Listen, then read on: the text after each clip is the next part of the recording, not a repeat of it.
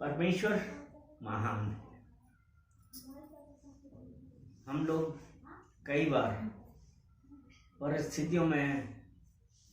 परिस्थितियों से परेशान होकर इधर उधर भागने लगते हैं, लेकिन परमेश्वर भला है। परमेश्वर हमारी प्रार्थनाएं सुनने वाला है और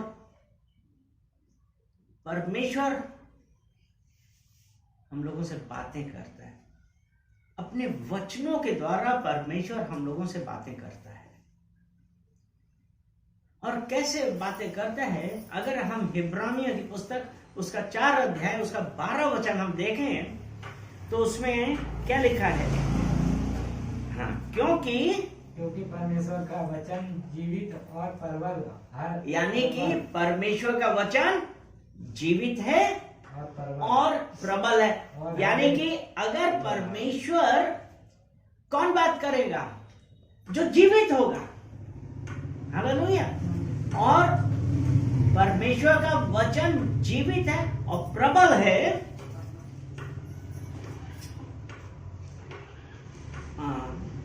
दुधारी तलवार से भी ज्यादा चौड़ा। नहीं, हाँ, परमेश्वर का वचन जीवित है, प्रबल है, हर एक दोधारी तलवार से बहुत चोखा है। और हर एक दोधारी तलवार से भी बहुत चोखा है। दोधारी का मतलब क्या? यानी कि उस तलवार के दोनों तरफ धार बनी है। यानी कि ऐसे तो इस साइड से भी काटेगा, इस साइड से भी काटेगा, मतलब कितना भयंकर घाव देगा। यानी कि वो परमेश्वर का वचन जो जीवित है और प्रबल है और हर एक दोधारी तलवार से भी बहुत चोखा है और प्राण और आत्मा को और गांठ गांठ और गूदे गूदे को अलग करके आर पार छेदता है और मन की भावनाओं और विचारों को जांचता है। वो परमेश्वर का वचन आज आपसे और मुझसे बातें कर रहा है। और ये वचन कैसे है? जो जीवित वचन है, यानी कि ये वचन आए कहां से? अगर हम दूसरा तीमुथियुस निकालें, दूसरा तीमुथियुस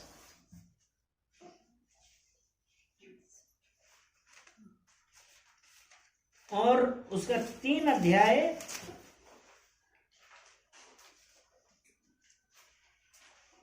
और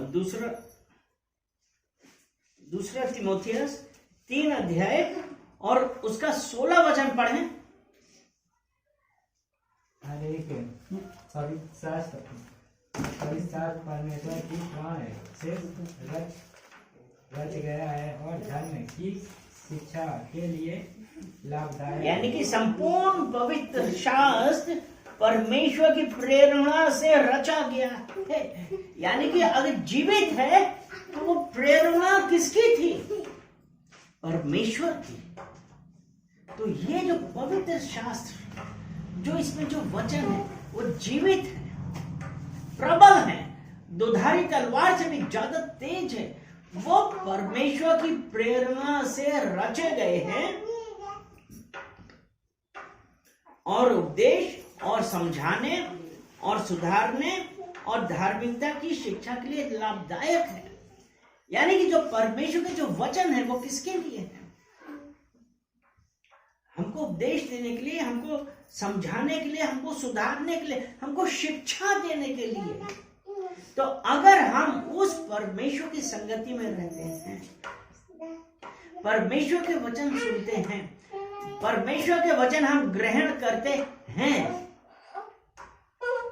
तो परमेश्वर ने कहा है कि मत डर। वो परमेश्वर जो अपने वचनों के द्वारा बातें हमसे कर रहा है, शिक्षा देता है, सुधारता है, समझाता है, सुधारता है कि हम गलत मार्ग पे ना जाएं। अगर हम गलत चल रहे हैं तो हमको क्या प्रार्थना करनी है? अगर हम भजन संहिता 119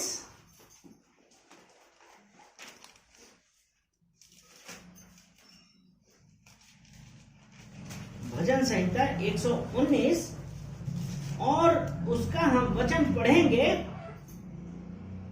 कि 37 वचन।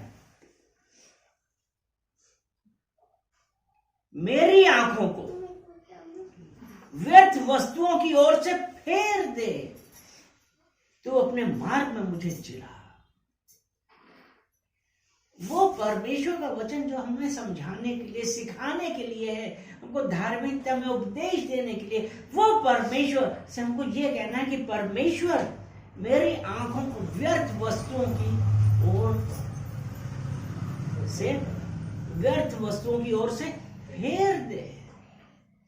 और जो परमेश्वर के वचन जीवित हैं, प्रबल हैं, दुधारी तलवार से ज्यादा तेज है, जो गांठ गांठ, गूदे गूदे को अलग करते हैं, जो मन और हृदय को जांचते हैं, वो ये कह रहे हैं कि मेरी आंखों को व्यर्थ की वस्तुओं से फेर दे और अपने वचनों के अनुसार मुझे चला। क्योंकि अगर हम परमेश्वर की ओर निगाह ना करके इधर उधर देखने लगे तो हमारा परमेश्वर से दूरी होगी कि नहीं होगी? यानी कि परमेश्वर के ऊपर हमारा भरोसा ही नहीं हुआ। और परमेश्वर हमसे क्या चाहता है? परमेश्वर हमसे ये चाहता है, नीति वचन 3 और उसका 5, उसमें ऐसा लिखा है, तू अपनी समझ का सहारा ना लेना। यानी कि हमने अभी पढ़ा कि व्यर्थ की वस्तुओं की ओर से फेर दे, यानी कि हम उनकी तरफ ना देखें। अब यहां पे है कि तू अपनी समझ का सहारा ना लेना। अगर हमारा परमेश्वर के साथ करीबी है, परमेश्वर के साथ हम समय बिताते हैं, परमेश्वर के साथ संगति करते हैं, तब हम कह सकते, परमेश्वर कहता है तू अपनी समझ का सहारा ना लेना, वरन संपूर्ण मन से यहोवा पर भरोसा रखना। हालेलुया। यानी कि हमको क्या करना है? पूरी तरीके से यहोवा के ऊपर भरोसा रखना है। कुछ भी हो जाए, हमको सिर्फ ये कहना है, परमेश्वर मुझे पता है आपके वचन जीवित है। आपने कहा है मैंने तुम्हें चंगाई दे दी है। मैं धन्यवाद करता हूं, मैं धन्यवाद करती हूं कि मेरी चंगाई हो गई है, मेरा छुटकारा हो गया है। मैं धन्यवाद करता हूं, मैं धन्यवाद करता हूं कि आज जो मैं जिस परेशानी से थी, आपने कहा है कि डर मत, भय ना खा, मैंने तुझे छुड़ा लिया है। मैं धन्यवाद करता हूं, मैं धन्यवाद करती हूं कि आपने मुझे हर प्रॉब्लम से, हर बीमारी से, हर बुरी संगति से बचा लिया है। और हर वो जो हमको मुसीबतें ऐसी पहाड़ की तरह लगती थी, आपने मुझे बचा लिया है। मैं धन्यवाद करती हूँ, मैं धन्यवाद करता हूं। अगर हम यशाया 43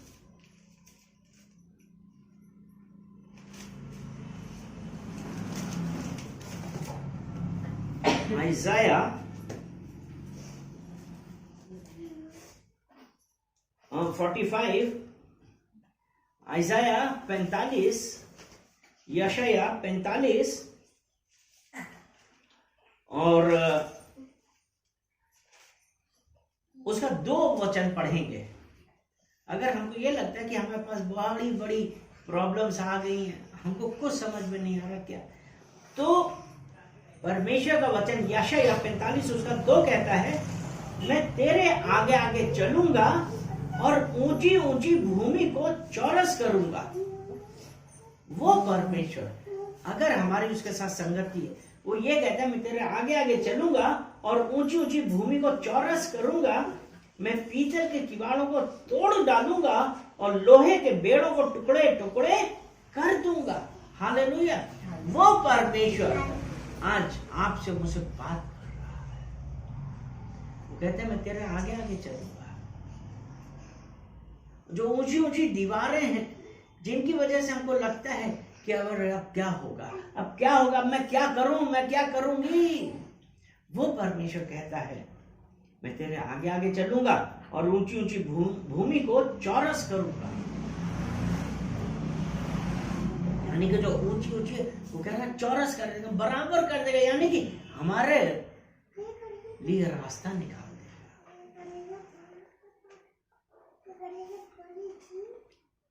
यशायाह, तो जब वो आज यशायाह 43 और उसका 19 वचन हम पढ़ें तो उसमें ये है, देखो मैं एक नई बात करता हूं, वह भी प्रकट होगी। अभी हमने 45 के 2 में क्या पढ़ा कि ऊंची ऊंची भूमि को चौरस करूंगा, और 43 यशायाह 43 और उसका 19 ऐसा है, देखो मैं एक नई बात करता हूं, वह अभी प्रकट होगी, क्या तुम उसे अनजान रहोगे? मैं जंगल में एक मार्ग बनाऊंगा, मैं जंगल में एक मार्ग बनाऊंगा। वो जो परमेश्वर, जहां पे आपको कुछ नहीं पता था, वो कहता है तुम कैसे भी कठिनाई में हो, जब तुम्हें रास्ता नहीं है, वो परमेश्वर ये कहता है मैं जंगल में एक मार्ग बनाऊंगा और निर्जल देश में नदियां बहाऊंगा, और निर्जल देश में नदियां बहाऊंगा। वो परमेश्वर आज आपसे और मुझसे यही बात कर रहा है कि असंभव को संभव करने वाला परमेश्वर मैं हूं। वो परमेश्वर, तो हमारा भरोसा कहां है? अगर हम परमेश्वर की आज्ञाओं पे चलते हैं, परमेश्वर की बातें मानते हैं, परमेश्वर की आज्ञाओं को मानते हैं, उसका पालन करते हैं, तो ये कहता है मैं तेरे आगे आगे चलूंगा और ऊंची ऊंची भूमि को चौरस कर दूंगा। ऊंची भूमि होती है तो वो एक रुकावट है। तो अगर आज हमारा परमेश्वर के साथ संगति है, परमेश्वर के साथ हम समय बिताते हैं, तो वो ये कहता है कि मैं उस भूमि को चौरस कर दूंगा। इसीलिए जब हम यशायाह 43 यानी कि यशायाह 43 और उसका 19 वचन देखते हैं ना, परमेश्वर ने कहा ऊंची ऊंची भूमि को चौरस कर दूंगा, और यशायाह 43 उसका 19 वचन कहता है देखो मैं एक नई बात करने जा रहा हूं, मैं जंगल में से मार्ग निकालूंगा। हालेलुया। वो आज परमेश्वर जो आज हमको एक रुकावट लग रही थी, उस जंगल, अगर जंगल में हम घबरा जाते हैं, हम डर जाते हैं, लेकिन वो परमेश्वर आज आपसे मुझसे कह रहा है मैं जंगल में से एक मार्ग निकालूंगा, बनाऊंगा और निर्जल देश में नदियां बहाऊंगा। वो परमेश्वर जंगल में से मार्ग निकालेगा जहां पे जल नहीं, मतलब वो परमेश्वर मार्ग भी देगा, हमको जीवन भी देगा, क्योंकि जल जीवन का एक बहुत महत्वपूर्ण अंग है। और यीशु मसीह ने कहा जीवन का जल मैं हूं, और जो इस जल को पी लेगा वो कभी प्यासा ना रहेगा। हालेलुया। यानी कि जब हमने यीशु मसीह को स्वीकार किया है, उसकी संगति में है, अनंत जीवन हमारा है, क्योंकि यीशु मसीह ने कहा जीवन का जल मैं हूं, और जो इस जल को पी लेगा वो कभी प्यासा ना रहेगा। आज हमारे लिए क्या जरूरी है, आज हमको क्या देखना है, यही कहना है परमेश्वर, हमने अपनी परिस्थितियों की वजह से हम घबरा गए थे, लेकिन आपका वचन जो नीति वचन 3 उसके 5 में कहा है, अपनी समझ का सहारा ना लेना वरन संपूर्ण मन से यहोवा पर भरोसा रखना। पिता परमेश्वर, मेरा आप पे भरोसा है। मैं सिर्फ और सिर्फ आपके ही पास आई हूं। मुझे और किसी से और कोई मतलब नहीं है, क्योंकि मुझे पता है कि मेरा सब कुछ परमेश्वर है।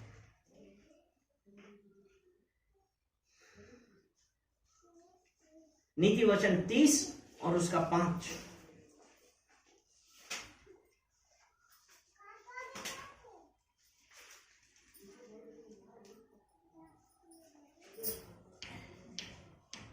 नीति वचन 30 उसका 5 पढ़ो। ईश्वर का एक एक वचन तय हुआ है। क्या एक एक वचन तय हुआ है। क्या हुआ? तय ताया हुआ है। ताया हुआ। हाँ, वह अपने शरणागतों की ढाल ठहरी। वो अपने शरणागतों की ढाल है। ढाल ठहरा है। यानी कि जो हमने दूसरा तीमुथियुस 3:16 में पढ़ा था कि प्रत्येक वचन परमेश्वर की प्रेरणा से है, और इसलिए है कि परमेश्वर का प्रत्येक वचन ताया हुआ है, यानी कि प्योर है। अर्थात हम लोगों में से कितने लोग सुनार के पास गए? जब सुनार के पास आप कोई अपना सोना लेके भी जाएंगी या उससे वो करेंगी, तो सुनार क्या करता है? आपको ऐसा ही पैसा नहीं देता है। वो क्या करता है? वो आग में तपाता है, वो उसे एक लंबी सी उसे फूंकता है। वो किस लिए? सोना परखता है। यानी कि परखने के लिए, या जो भी गंदगी है वो सब निकल जाए, है ना? तभी तो उसके बाद ही तो प्योर सोना निकलेगा। और यहां पे क्या है? परमेश्वर का प्रत्येक वचन ताया हुआ है और अपने शरणागतों की ढाल है। यानी कि जो उसकी शरण में आए हैं, जो उसके पास आए हैं। इसीलिए नीति वचन 3:5 में हमने ये पढ़ा ना, अपनी समझ का सहारा ना लेना, संपूर्ण मन से यहोवा पर भरोसा रखना। हालेलुया। क्योंकि यीशु मसीह का, परमेश्वर का हर एक वचन ताया हुआ है और अपने शरणागतों की ढाल है। ढाल का काम क्या है? रोकना। ढाल अगर लगा दी कोई भाले से हमारे, कोई अगर ढाल है तो क्या वो हमको नुकसान पहुंचाएगी? नहीं पहुंचाएगी। तो वो यीशु मसीह, जब हम उसके पास आते हैं, उसके करीब आते हैं और उसके वचनों पर विश्वास करते हैं, तो उसके वचन हमारी एक ढाल है। हालेलुया। इफिसियों 6 और उसका 17 वचन पढ़ेंगे। वो परमेश्वर का वचन आत्मा की तलवार, और वही हमारी ढाल है। तो कोई जलता हुआ तीर हमारे ऊपर फेंकेगा, हमको असर नहीं करेगा, क्योंकि यीशु मेरे साथ है। यीशु मेरा उद्धार करता है।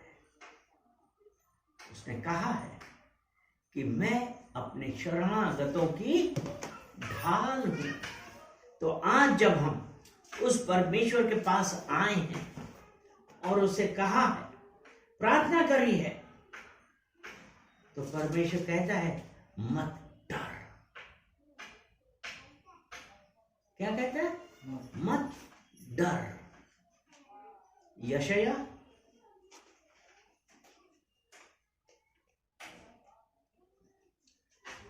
41 वो 43, यशाया 43, यशाया 43 और उसका 1।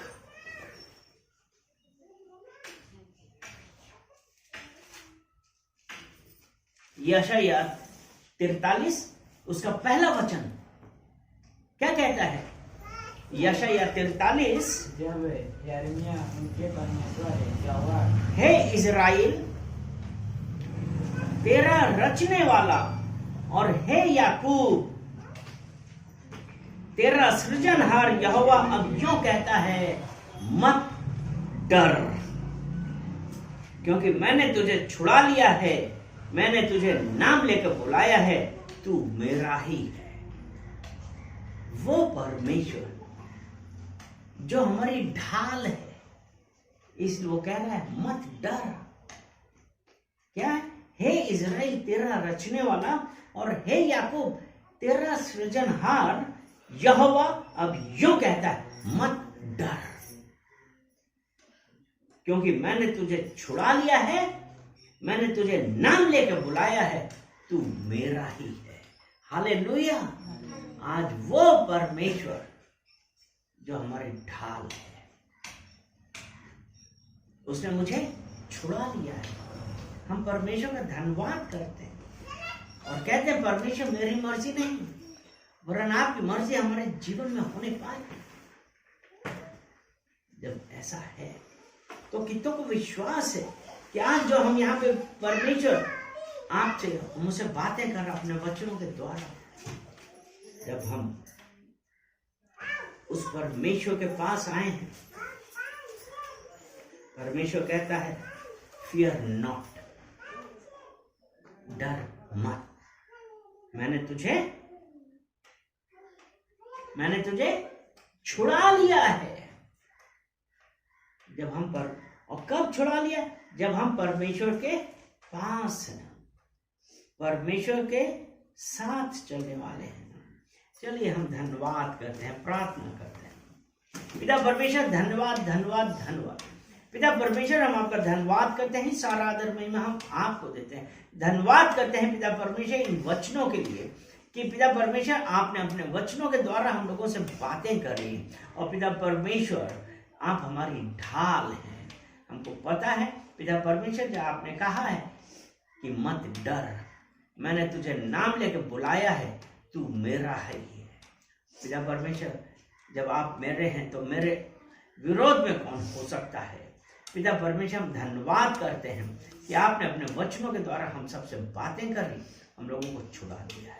धन्यवाद करते हैं यहाँ एक एक जनों के लिए, जितने उपस्थित जन हैं और जितने देखने वाले लोग हैं, उन सब के लिए प्रार्थना करते हैं कि पिता परमेश्वर आपके वचनों के अनुसार जब आपने कहा है कि मैंने तुझे छुड़ा लिया है, आपका वचन कहता है मैं ऊंची ऊंची भूमि को चौरस करूंगा। पिता परमेश्वर हम धन्यवाद करते हैं कि आपने कहा जंगल में से मार्ग निकालूंगा। पिता परमेश्वर हम धन्यवाद देते हैं कि जहां पर रुकावट आ गई थी और जिसकी वजह से हमको ये नहीं लग रहा था कि हमारा रास्ता किधर है, लेकिन पिता परमेश्वर हमको बहुत बड़ी बड़ी कठिनाइयां थी, लेकिन पिता परमेश्वर हम धन्यवाद देते हैं कि आपने आपके जीवित वचन जो प्रबल हैं, शिक्षा देने वाले हैं, उनके लिए हम धन्यवाद देते हैं कि आपने कहा है डर मत, मैंने तुझे छुड़ा लिया है, जंगल में से मार्ग निकाल दिया है, ऊंची ऊंची भूमि को चौरस कर दिया है। पिता परमेश्वर हम धन्यवाद देते हैं, हम धन्यवाद देते हैं कि पिता परमेश्वर